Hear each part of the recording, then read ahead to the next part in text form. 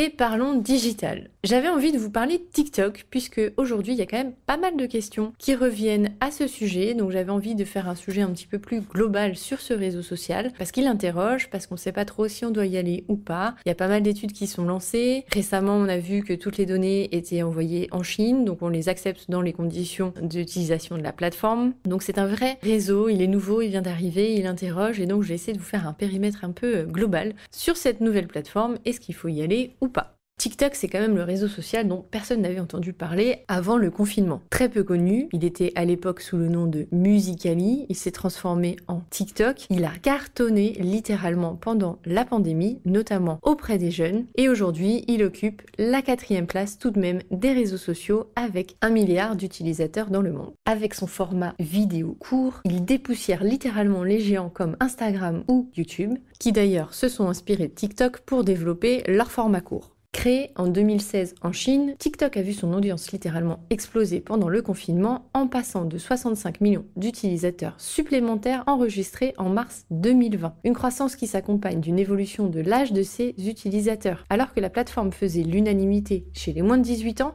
les adultes sont de plus en plus nombreux à s'y inscrire et augmentent d'autant la moyenne d'âge. Quant aux marques, elles commencent sérieusement à s'intéresser à cette plateforme. TikTok incarne un réseau fun, créatif et ludique. Utiliser ce réseau pour une marque permet de redynamiser une image, comme ça a pu être le cas pour La Redoute ou Levi's, mais également de se démarquer des concurrents grâce à un contenu engageant et original. C'est le cas notamment de la marque Levi's dont je vous parlais dans un autre épisode. Ils ont lancé une campagne TikTok avec un bouton Acheter maintenant qui repose sur un partenariat avec des influenceurs. Ces influenceurs suivis eux-mêmes par des millions d'abonnés comme Everett Williams. L'idée étant que les utilisateurs pouvaient acheter en un clic les pantalons portés par ces influenceurs directement sur TikTok. Levi's dit avoir constaté d'ailleurs un taux d'engagement élevé et une augmentation du trafic sur son site web suite à cette campagne avec TikTok.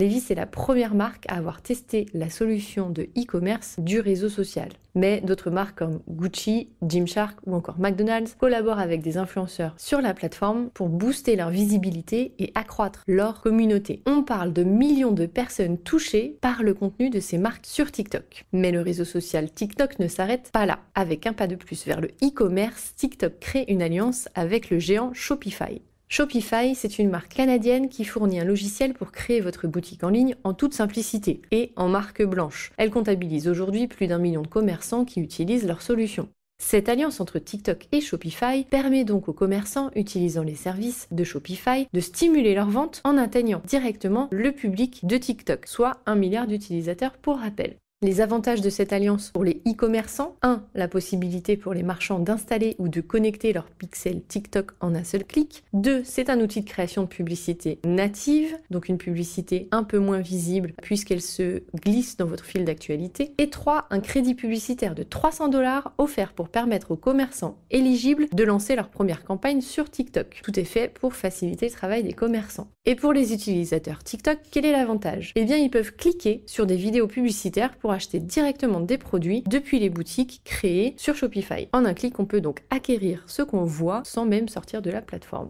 Les parcours d'achat des utilisateurs de TikTok a été ultra simplifié. En retirant les frictions du parcours d'achat, vous êtes susceptible de vendre plus et notamment de générer plus d'achats impulsifs. Je vois une vidéo, quelque chose me plaît, en un clic, je l'achète. Il s'agit donc d'un partenariat gagnant-gagnant pour les deux plateformes, avec une augmentation des revenus de valeur marchande pour Shopify et pour TikTok, une augmentation de revenus publicitaires et une ouverture vers une large liste d'annonceurs. Nous sommes donc dans un exemple fort de partenariat entre un site internet et un réseau social.